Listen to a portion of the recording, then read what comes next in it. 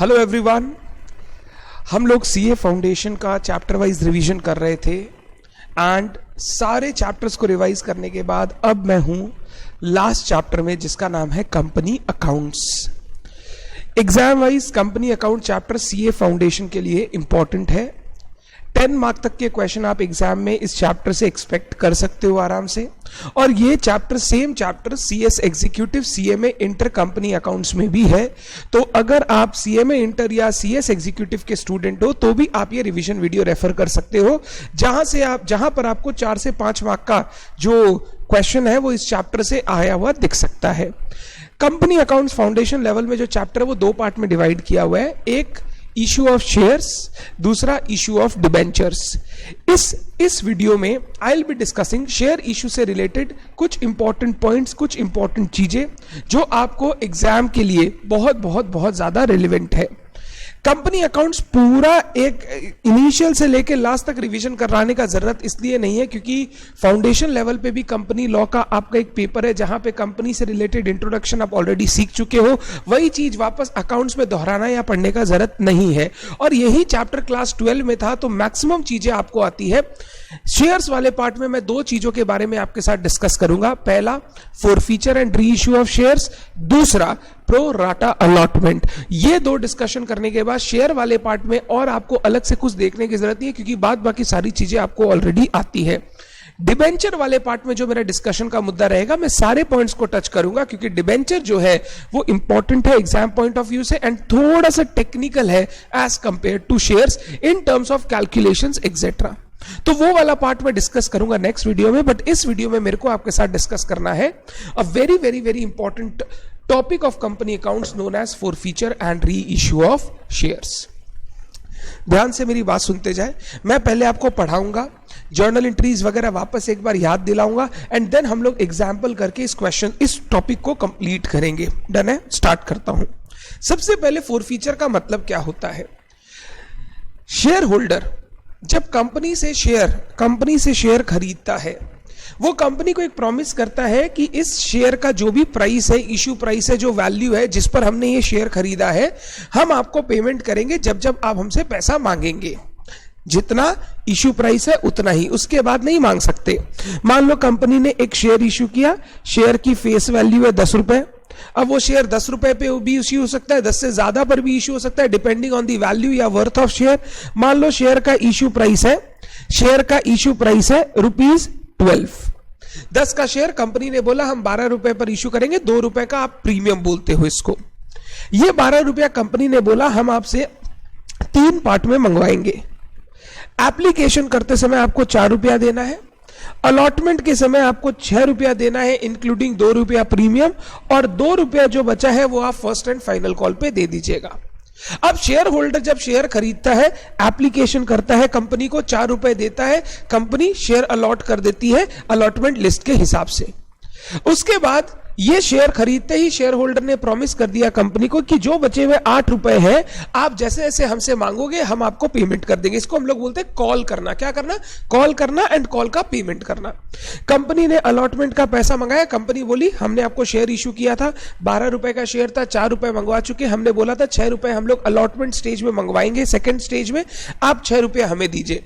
Share holder अगर ये company का मंगाया हुआ पैसा, इसको हम लोग बोलते हैं कॉल, अगर कंपनी का पैसा, कॉल किया हुआ पैसा ना दे तो इसको हम लोग बोलते हैं कॉल्स इन एरियर। जब भी share holder call in arrear करता है, जो डायरेक्टर है, बोर्ड ऑफ डायरेक्टर्स है, उनके पास आर्टिकल्स ऑफ एसोसिएशन के थ्रू एक राइट है कि प्रॉपर नोटिस देने के बाद कंपनी इस शेयर होल्डर का जो शेयर है वो कैंसिल कर सकती है because of the non payment of call. And जो भी पैसा उससे अभी तक मिला हुआ है उन शेयर्स पर, हमारे एग्जाम्पल में 4 रुपया उससे मिला हुआ था, वो पूरा का पूरा फॉरफीट करके अपने पास रख सकती है, रिफंड करने की भी जरूरत नहीं है। ये जो नॉन पेमेंट ऑफ कॉल के कारण कंपनी शेयर होल्डर का शेयर जब्त करके उसके पैसे फॉरफीट कर लेती है, इस प्रक्रिया को हम लोग बोलते हैं फॉरफीचर ऑफ शेयर्स। एकदम सिंपल। फेलियर टू पे call money results in forfeiture of shares. Action taken, forfeiture होता क्या है? Action taken by company to cancel the shares. The directors are usually empowered by the articles of association to forfeit the shares and forfeit करने के बाद amount paid to date is not refunded to the shareholder. हम लोग जब share forfeit करेंगे, cancel करेंगे तो पैसा उसको रिफंड नहीं करेंगे, जो भी आपका पैसा है वह एज अ पेनल्टी हम उसको जब्त कर रहे हैं. तो फोरफीचर में सिंपली बोलूं हुआ क्या, शेयर्स कैंसिल हो जाएगा, आपके पास जो शेयर्स है वो कैंसिल हो जाएगा, अब उस शेयर पे आप कुछ नहीं कर सकते, कोई राइट नहीं है आपका. नंबर 2, आपका मनी ऑलरेडी पेड जो आपने पे कर दिया वो कंपनी क्या कर लेगी पता है, फोरफीट कर लेगी. इसको हम लोग बोलते हैं फोरफीचर ऑफ शेयर्स. ये शेयर फोरफीट करने के बाद कंपनी चाहे तो ये जो शेयर्स कंपनी के पास वापस आया है, इन शेयर्स को वापस सेल कर सकती है, जिसको हम लोग बोलते हैं री इश्यू ऑफ शेयर्स. क्या बोलते हैं, री इश्यू ऑफ शेयर्स. और इस टॉपिक में हम लोगों को यही पढ़ना है, जब कंपनी शेयर फोरफीट करेगी और फ्यूचर में उसको री इश्यू करेगी तो इसकी अकाउंटिंग किस तरीके से की जाएगी. आप एकदम 100% एक्सपेक्ट करके चलो, कंपनी अकाउंट्स का इश्यू ऑफ शेयर से अगर क्वेश्चन आया तो फोरफीचर और री इश्यू के बिना वो क्वेश्चन फ्रेम हो ही नहीं सकता. फोरफीचर क्वेश्चन में रहेगा ही, क्योंकि नॉर्मल कॉल करना, उसका पैसा रिसीव करने में कोई ज्ञान नहीं है, वो एंट्रीज आपको हमेशा से आती है. 2 एंट्री तो था, कॉल करेंगे तो कॉल टू कैपिटल, पैसा आएगा तो बैंक टू कॉल, बस इतना 2 एंट्री के लिए आपको थोड़ी पूछेगा. जब भी क्वेश्चन आएगा कंपनी अकाउंट से, फोरफीचर का हमेशा टॉपिक वहां पर रहेगा. अब सर कंपनी ने शेयर फोरफीट कर लिया, बताओ कंपनी इसका अकाउंटिंग कैसे करेगी. ध्यान से मेरी बात सुनना. कंपनी ने शेयर लिया, कैंसिल कर दिया. शेयर कैंसिल करते ही शेयर से रिलेटेड जो शेयर कैपिटल अकाउंट क्रेडिट हो रहा था, शेयर कैपिटल अकाउंट, अब उसको हमें कैंसिल करना पड़ेगा, रिवर्स करना पड़ेगा. हम लोग हमेशा जब पैसा कॉल करते थे, एंट्री करते थे, call to capital, application to capital, allotment to capital, first call to capital, second call to capital and so on. तो हमने हमेशा कैपिटल क्रेडिट किया है जब शेयर्स का पैसा हमने मंगवाया है. अब क्योंकि शेयर कैंसिल हो रहा है, हम लोगों को कैपिटल को रिवर्स करना होगा. हम लोग सबसे पहला काम करेंगे, equity share capital account debit. मैं वर्ड इक्विटी शेयर लिख रहा हूं क्योंकि नॉर्मली आपको ऑर्डिनरी शेयर या इक्विटी शेयर का ही अकाउंटिंग पूछा जाता है. तो equity share capital account debit. जब भी इक्विटी शेयर कैपिटल आप डेबिट करोगे अकाउंट, याद रखना हमेशा, ये हमेशा डेबिट होगा. Called up value of shares, called up value of shares. Sir called up value of shares का मतलब, ध्यान से मेरी बात सुनो. मेरे एग्जाम्पल में क्या था, एप्लीकेशन का 4 रुपया, अलॉटमेंट का 6 रुपया इंक्लूडिंग 2 प्रीमियम, और फर्स्ट एंड फाइनल कॉल का 2 रुपया, टोटल 12 रुपया हो गया था. एप्लीकेशन का पैसा तो कोई फेल नहीं कर सकता, वो तो देना ही पड़ेगा, उसके बिना तो शेयर नहीं मिलेगा. कंपनी ने अलॉटमेंट का पैसा मंगाया, शेयर होल्डर पैसा नहीं दिया. कंपनी ने बोला चलो ठीक है, पैसा नहीं दे पाया, बाद में दे देगा. कंपनी ने फर्स्ट कॉल का भी पैसा मंगाया, शेयर होल्डर ने नहीं दिया. शेयर होल्डर को हमने नोटिस दिया, शेयर होल्डर अभी भी पैसा नहीं दे रहा है. हमने बोला चलो अब इसका शेयर फोरफीट कर लो. यहां फोरफीचर कब हुआ, एकदम लास्ट में जाके सारा कॉल करने के बाद हमने देखा इतना रुपया बाकी है, दे नहीं रहा है, फोरफीट करना है. जब मेरा सारा कॉल्स हो गया, इसको हम लोग बोलते हैं share is fully called up. Fully called up, हम लोग मंगवा सारा चुके हैं, शेयर होल्डर पे नहीं किया है, हमने मंगवा सारा लिया. अगर हमने मंगवा सारा लिया तो जब मैं शेयर कैपिटल अकाउंट डेबिट करूंगा, शेयर कैपिटल हमेशा फेस वैल्यू, जो भी एक्स्ट्रा होता है वो प्रीमियम में जाता है. मैं यहां पे जब शेयर कैपिटल अकाउंट डेबिट करूंगा, मैं 10 रुपए से डेबिट करूंगा. क्यों, क्योंकि मैंने शेयर का पैसा पूरा कॉल कर लिया था. जब भी कॉल किया होगा मैंने एंट्री किया होगा, एप्लीकेशन टू कैपिटल 4 रुपया, अलॉटमेंट टू कैपिटल 4 रुपया, 2 रुपया प्रीमियम अलग से, फर्स्ट कॉल टू कैपिटल 2 रुपया, तो 4 4 8 2 10 रुपया आज तक क्रेडिट किया है. तो जब मैं रिवर्स भी करूंगा तो कितना करूंगा, 10 रुपया. बट वही मान लो अलॉटमेंट का पैसा नहीं दिया, कंपनी ने डिसाइड किया हम फर्स्ट कॉल नहीं करेंगे, पहले अलॉटमेंट का हिसाब सलटाएंगे, नहीं दे रहे हो पैसा, नोटिस दिया, नहीं दे रहे पैसा, यहीं पर उसका शेयर फोरफीट कर दिया. अलॉटमेंट के बाद ही उसका शेयर फोरफीट कर दिया, उसके लिए वेट ही नहीं किया. अब मैं बोलूंगा share is not fully called, share is partly called. जब मैं कैपिटल अकाउंट डेबिट करूंगा ना, बहुत ध्यान से, शेयर का टोटल फेस वैल्यू है 10 रुपया, अभी 2 रुपया कॉल हुआ ही नहीं है, तो कॉल हुआ कितना, 8, तो मैं 8 रुपए से ही शेयर कैपिटल को डेबिट करूंगा. क्योंकि आज तक अगर कैपिटल अकाउंट देखोगे तो एप्लीकेशन टू कैपिटल 4 रुपया, अलॉटमेंट टू कैपिटल 4 रुपया, 8 रुपया, फर्स्ट कॉल टू कैपिटल तो अभी तक हुआ ही नहीं, क्योंकि फर्स्ट कॉल तो अभी तक मंगवाए ही नहीं है. तो हमेशा याद रखना, जब भी शेयर कैपिटल डेबिट करोगे at the time of forfeiture, वो हमेशा कॉल्ड अप वैल्यू पे होगा. और कॉल्ड अप भी कौन सा, फेस वैल्यू वाला पार्ट. प्रीमियम वाला पार्ट कभी भी कैपिटल अकाउंट में जाता नहीं है, तो हम लोग उसको कैंसिल भी कैपिटल अकाउंट में नहीं कर सकते. एंट्री का दूसरा part, securities premium account debit. Securities premium क्या है? अगर आप शेयर फेस वैल्यू से ऊपर इश्यू करते हो तो जो एक्स्ट्रा अमाउंट है वो आपको एक अलग अकाउंट में क्रेडिट करना पड़ता है, जिसका नाम है सिक्योरिटीज प्रीमियम। हम लोग जब भी पैसा कॉल करते हैं, हम लोग प्रीमियम का प्रॉफिट लिख लेते हैं। हम लोग जर्नल एंट्री करते हैं, अलॉटमेंट अकाउंट डेबिट 6 रुपया, टू कैपिटल 4 रुपया, टू सिक्योरिटीज प्रीमियम 2 रुपया। सिक्योरिटीज प्रीमियम हमने क्रेडिट कर दिया था जब हमने अलॉटमेंट का पैसा मंगवाया, बट क्या ये आदमी अलॉटमेंट का पैसा दिया? नहीं सर, ये तो अलॉटमेंट फेल कर गया था सर, ये अलॉटमेंट भी फेल कर गया, मान लो फर्स्ट कॉल भी फेल कर गया।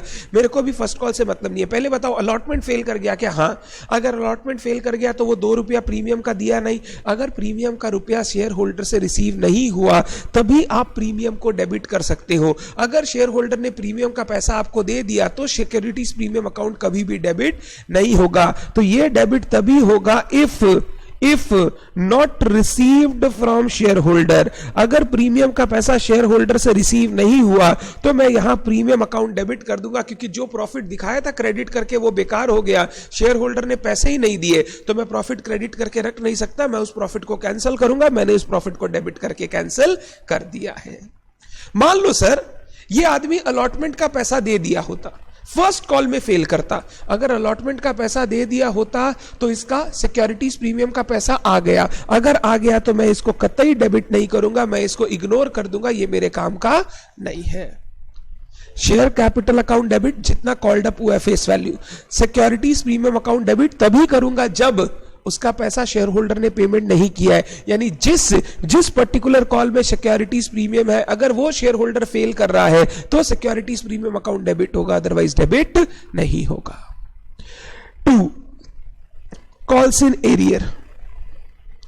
हमने फोरफीचर किया क्यों? क्योंकि सर शेयर होल्डर पैसे नहीं दे रहा था। शेयर होल्डर जब पैसे नहीं देता है तो हम लोग उसको डेटर बना लेते हैं, डेबिट करते हैं कॉल्स इन एरियर अकाउंट बोल के, कॉल्स इन एरियर अकाउंट बोल के। अब जब मैं शेयर कैंसिल ही कर दे रहा हूं तो मेरे को कॉल्स इन एरियर का पैसा मिलना नहीं है, क्योंकि अब कॉल्स इन एरियर का पैसा फ्यूचर में कभी नहीं मिल सकेगा। जो मैंने डेबिट करके कॉल्स इन एरियर रखा था अब मैं उसको कैंसिल कर रहा हूं। शेयर फोरफीचर के समय सब कुछ रिवर्स हो जाएगा, कैंसिल हो जाएगा, क्योंकि अब शेयर ही कैंसिल होने वाला है तो उससे रिलेटेड सारे अकाउंट मेरे को कैंसिल करने हैं, मैं सब कैंसिल कर रहा हूं। कॉल्स इन एरियर उतना से क्रेडिट होगा जितना issue price of shares not received,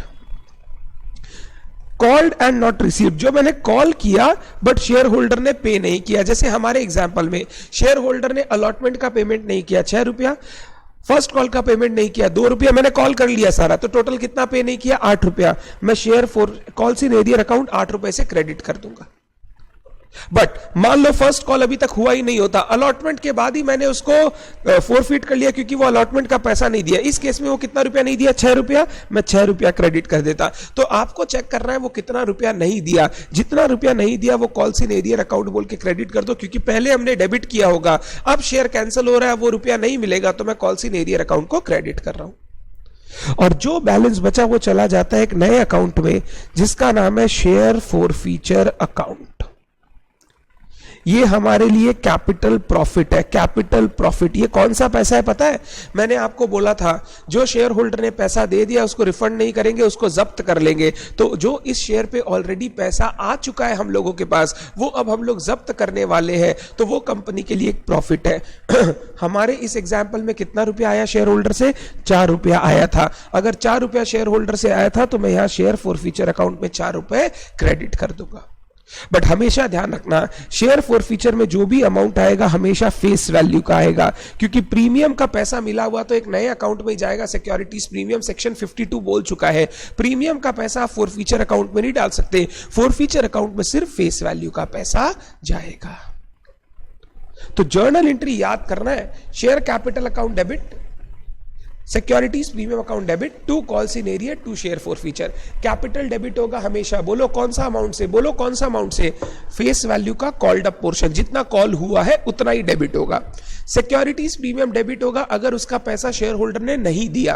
calls in arrear credit होगा जितना रुपया वो नहीं दिया, जितना रुपया नहीं देने के कारण हमने फोरफीट किया, और जो रुपया वो दे दिया वो हमारे लिए प्रॉफिट है जो हम लोग क्रेडिट करेंगे एक नए अकाउंट में जिसका नाम है share forfeiture. Share forfeiture account में हमेशा फेस वैल्यू का अमाउंट जाएगा, कभी भी उससे एक्स्ट्रा अमाउंट नहीं जाएगा, क्योंकि एक्स्ट्रा पैसा हमेशा सिक्योरिटीज प्रीमियम अकाउंट में जाता है। और ये शेयर फोरफीचर अकाउंट का जो 4 रुपया हमने फोरफीट किया है ना, अगर आगे री इश्यू करते समय डिस्काउंट पर री इश्यू करेंगे तो 4 रुपए से ज्यादा का डिस्काउंट नहीं दे सकते। The discount on reissue can never exceed the amount forfeited on shares. ये मेरा पहला जर्नल एंट्री होगा फोरफीचर के केस में, जहां पर मेरे को शेयर कैंसिल करने का एंट्री करना पड़ेगा। सबको क्लियर है? एकदम क्लियर होना चाहिए। मैं दिखाता हूं आपको, आ जाओ इधर। Journal entry, share capital account debit, number of shares into called up value of shares, called up value of shares 2। ये लोग यहां पे कॉल्स इन एरियर अकाउंट नहीं लिख के जो जो फेल किया उसका नाम लिख देते हैं। हम लोग यहां पे इनकी जगह कॉल्स इन एरियर अकाउंट लिखेंगे, वो सबसे इजी तरीका है। अलग अलग अकाउंट का बैलेंस रखना नहीं पड़ता, सब क्लोज कर देते हैं, खाली कॉल्स इन एरियर बचता है। और 2 फोरफिटेड शेयर अकाउंट जो अमाउंट ऑलरेडी रिसीव हो चुका है। अगर उसने प्रीमियम का पैसा नहीं दिया, अगर उसने प्रीमियम का पैसा नहीं दिया तो सिक्योरिटीज प्रीमियम अकाउंट भी देंगे if the amount of premium is not received. एक लाइन ध्यान से पढ़वा रहा हूं, ध्यान से पढ़ना, यह आएगा ट्रू फॉल्स में। If the premium has already been received by the company, अगर प्रीमियम का पैसा मिल गया है, it can not be cancelled even if the shares are forfeited in the future. अगर पैसा मिल गया तो मैं कभी भी प्रीमियम को कैंसिल नहीं करूंगा, डेबिट नहीं करूंगा। उस केस में सिक्योरिटीज प्रीमियम अकाउंट को यहां पर इग्नोर कर दिया जाएगा। फोरफीचर का जर्नल एंट्री क्लियर है कि आपको बिल्कुल क्लियर होना चाहिए, बहुत इंपॉर्टेंट है। डन। Next entry number 2। अब ये शेयर्स हम लोग री इश्यू करेंगे, ठीक है। री इश्यू करना मतलब शेयर को वापस दूसरे नए शेयर होल्डर को खोज के अलॉट करना, सेल करना। क्यों? कंपनी को पैसा चाहिए था शेयर इश्यू करके। अगर कुछ शेयर होल्डर लोग पैसा नहीं दे रहा था तो कंपनी ने उनसे फोरफीट कर लिया, बट कंपनी आगे री इश्यू करेगा ताकि पैसा लाके बिजनेस में यूज कर सके। तो ये शेयर जब भी री इश्यू होगा, सेल होगा, क्या अकाउंटिंग करना है वो सीखना है। री इश्यू करना मतलब कंपनी किसी नए शेयर होल्डर को पकड़ेगा, उसको शेयर देगा और उससे पैसे लेगा। जर्नल एंट्री देखना, bank account debit, bank account debit, री इश्यू प्राइस, जितना रुपए में री इश्यू किया है पैसा आएगा कंपनी के पास। अब शेयर इश्यू कर रहे हैं to equity share capital, to equity share capital. क्या होगा यहां पे? Proposed paid up value of share, proposed paid up value of shares. Sir ये क्या है समझाओ। कंपनी ने नए शेयर होल्डर को बोला तुमको ये जो शेयर हम इश्यू कर रहे हैं ना, ये फुल्ली पेड इश्यू कर रहे हैं, मतलब अब आगे तुमको इसको कुछ पैसा देने का जरूरत नहीं है, ये शेयर फुल्ली पेड है, अब तुम्हारा कोई लाइबिलिटी नहीं है, तुमको जितना देना था तुमने एक बार में पैसा दे दिया। अगर बोलते फुल्ली पेड शेयर है तो यहां पे पूरा का पूरा फेस वैल्यू 10 रुपया आ जाएगा। मान लो 10 रुपए का शेयर कंपनी ने बोला हम 10 पे इश्यू करेंगे, तो बैंक टू कैपिटल 10 रुपया, बात खत्म। बट मान लो बोला 10 रुपए का शेयर हम तुमको 9 रुपए पे देंगे, थोड़ा सस्ता में देंगे क्योंकि कुछ पैसा मेरे को पुराने शेयर होल्डर से मिला था।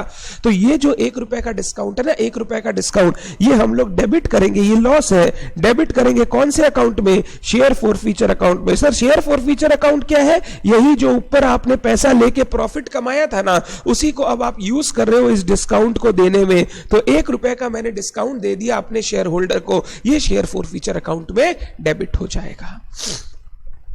सर एक बार पेड अप वाला वापस बोलो तो। हमने बोला हम आपको जो अब शेयर इश्यू कर रहे हैं नए शेयर होल्डर को, ये फुल्ली पेड शेयर मानिए, आप इसके बदले हमको 9 रुपया दे दीजिए, आगे आपको कुछ देने का जरूरत नहीं है, हम आपका शेयर फुल्ली पेड दिखा देंगे, nothing has to be paid by you.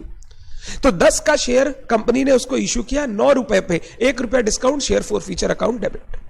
मान लो कंपनी ने बोला ये शेयर जो है ना, ये ₹8 पेड अप मानेंगे। 8 पेड अप का मतलब अभी तक हमने अपने दूसरे शेयर होल्डर से फर्स्ट एंड फाइनल कॉल का पैसा नहीं मंगवाया है, 2 रुपया उनसे भी बाकी है। एक काम कीजिए ना, आप भी शेयर को 8 पेड अप ही मानिए, 2 रुपया आप जब हम फाइनल कॉल करेंगे तब हमको दे दीजिएगा। अगर कंपनी बोलती है कि आज ये शेयर 8 रुपए का माना जाए, 2 रुपया फ्यूचर में आप कॉल के साथ पेमेंट कर देना, तो इसको मतलब बोलते हैं shares has been reissued as partly paid shares. अभी भी शेयर का पूरा पैसा नहीं मिला है, बाद में वो 2 रुपया देगा। हमने बोला ये 8 रुपए के बदले कितना लोगे? बोला हम लोग 8 रुपए के बदले आपसे 7 रुपए लेंगे। ठीक है, 8 रुपए का शेयर 7 रुपए में मिल रहा है, 1 रुपया का discount, share forfeiture account debit. Sir ऐसा हो सकता है क्या यहां पे भी कंपनी प्रीमियम ले? बिल्कुल हो सकता है। कंपनी बोल रहा है कि 10 रुपए का शेयर है, आपको हम 12 पे री इश्यू करेंगे। हो सकता है, कोई दिक्कत नहीं है। मान लो 10 रुपए का शेयर का एक्चुअल वैल्यू था 25 रुपया, कंपनी बोल रही है हम आपको 12 पे ही देंगे। आपके लिए तो फायदे का ही चीज है ना। कंपनी जो शेयर का एक्चुअल वैल्यू है उससे डिस्काउंट पर आपको देगी। वो हमेशा जरूरी नहीं है फेस वैल्यू से कम ही हो, वो फेस वैल्यू से ज्यादा भी हो सकता है। बट फेस वैल्यू से ज्यादा अगर 1 भी रुपया आएगा, वो हमेशा कहां जाएगा? सिक्योरिटीज प्रीमियम अकाउंट पे। तो वो 2 रुपया मैं क्रेडिट कर दूंगा सिक्योरिटीज प्रीमियम अकाउंट में, 2 रुपया हो जाएगा। 10 का शेयर, 2 का प्रीमियम, 12 रुपया बैंक अकाउंट डेबिट। फिर शेयर फॉरफीचर अकाउंट अलग से नहीं आएगा। तो ध्यान ये रखना है री इश्यू करते समय 2 बातों का ध्यान।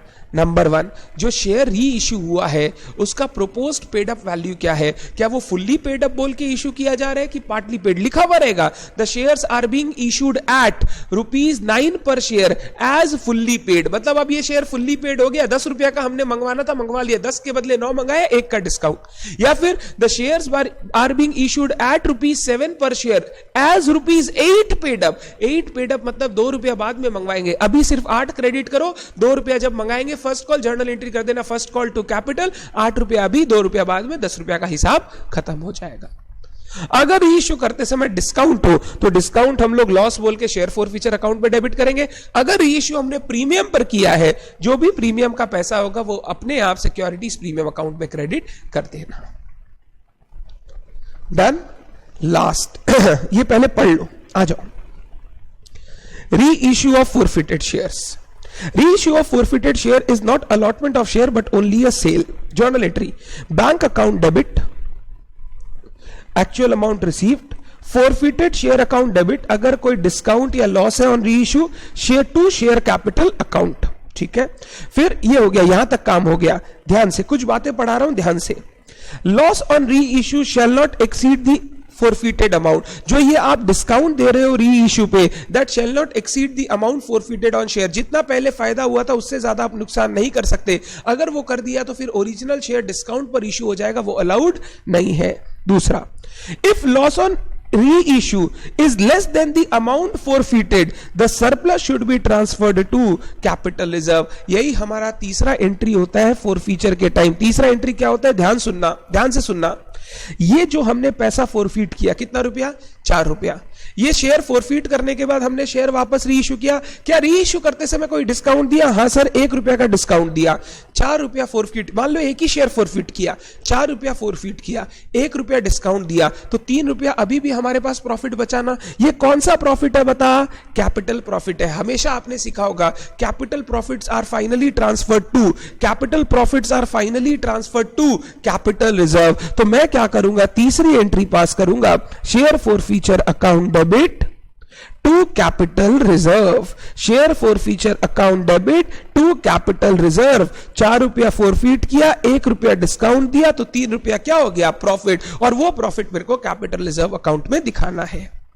सर क्या ये ऐसे ही निकल जाएगा? जितना यहां क्रेडिट हुआ माइनस जो डेबिट किया, जो डिफरेंस है वो कैपिटल रिजर्व में? नॉर्मली ऐसे ही निकल जाता है, बट ऐसे करना नहीं चाहिए। इसमें एक कैच है, ध्यान से।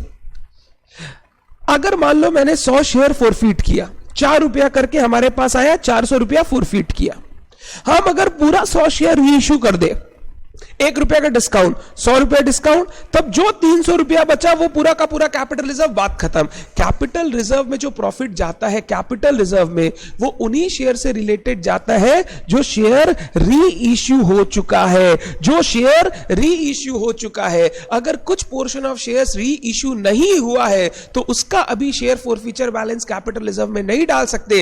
वो शेयर फॉरफीचर बैलेंस आपको अपने पास रखना है, क्योंकि फ्यूचर में जब री इश्यू होगा तब वापस डिस्काउंट देना पड़ेगा। तो क्योंकि उस प्रॉफिट से हम लोग फ्यूचर में डिस्काउंट दे सकते हैं, हम लोगों को वो प्रॉफिट अभी रखना पड़ेगा, अभी हम उसको कैपिटल रिजर्व में ट्रांसफर नहीं कर सकते। मान लो इस 100 में से मैंने सिर्फ 80 शेयर री इश्यू किया है, 1 रुपया डिस्काउंट दिया, 80 रुपया डिस्काउंट हो गया। अब ध्यान से, 400 रुपया हमने फॉरफीट किया, 80 रुपया डिस्काउंट दिया, आप ये कभी नहीं बोलेंगे कि 320 रुपया कैपिटल रिजर्व में डाल दो, ये गलत है। आप बोलेंगे सर 80 शेयर पे 4 रुपया करके फॉरफिट किया था, 320 रुपया आया, 80 शेयर पे 1 रुपया डिस्काउंट दिया 80, तो सर कैपिटल रिजर्व में जाएगा कितना पता है? 240 रुपया। कैपिटल रिजर्व में कभी भी ये पूरा 320 नहीं जाएगा। सर जो बचा हुआ 20 शेयर है उसका क्या? उसका जो 4 रुपया करके फॉरफिट किया वो 80 रुपया शेयर कैपिटल से ऐड करके बैलेंस शीट में दिखाएंगे। जब ये शेयर री इश्यू होगा तब ये पैसा हम लोग यूज करेंगे, फिर जो बचा कुचा होगा वो अलग से कैपिटल रिजर्व में डाल देंगे। मतलब ये एंट्री तभी होगी जब आपका शेयर री इश्यू हो गया हो। अगर शेयर री इश्यू नहीं हुआ तो कैपिटल रिजर्व में कोई अमाउंट जा नहीं सकता है। बहुत इंपॉर्टेंट, देखो पढ़ो। If loss on reissue is less than amount forfeited, loss कम है, फॉरफीचर ज्यादा किए, प्रॉफिट बचा, surplus shall be transfer to capital reserve. ये वाला इफ द शेयर्स आर नहीं, ये वाला when only a portion of shares are reissued, only a portion of shares are reissued, then the profit made on reissue on such portion only must be transferred to capital reserve। सिर्फ उसी portion का capital reserve में जाएगा। ध्यान से पढ़ना। एक point कहां गया? एक और पॉइंट था, वो कहां गया? एक सेकेंड।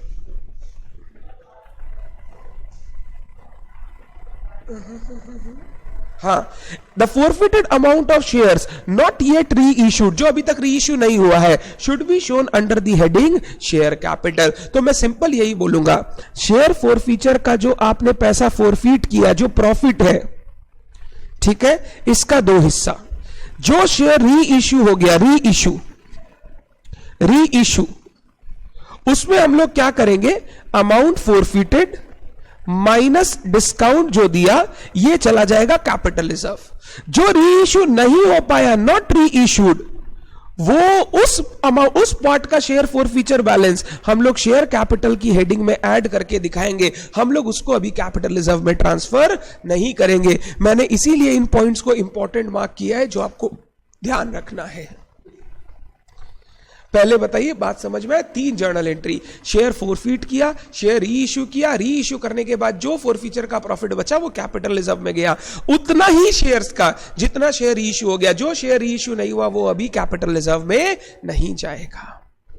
सर एक बार ये कैपिटल रिजर्व का अमाउंट कैलकुलेट करने का कोई फॉर्मूला है क्या? बता दो ना, हम लोग लर्न कर लेंगे। सर आ जाओ, फॉर्मूला, नंबर ऑफ शेयर्स री इश्यूड,